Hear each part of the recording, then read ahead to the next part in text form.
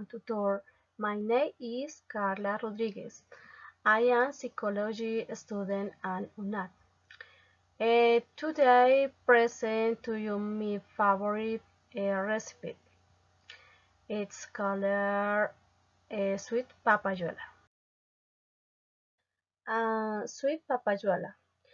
And a list of ingredients are 7 papayuelas, half scoop of sugar or grape vanilla, 7 cloves, 3 cinnamon sticks, 5 or 6 scoops of water, and 1 medium pot.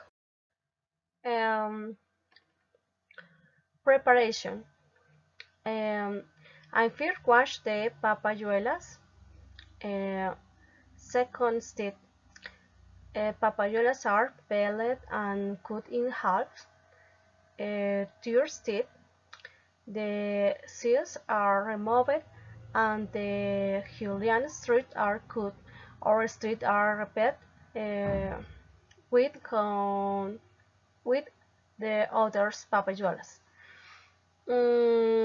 For the first step, boils for approximately 20 minutes. And finally, then and the rate of sugar of the grape vanilla along with the cloves and the cinnamon let off cooking produce until in thick cans and served. Thank you.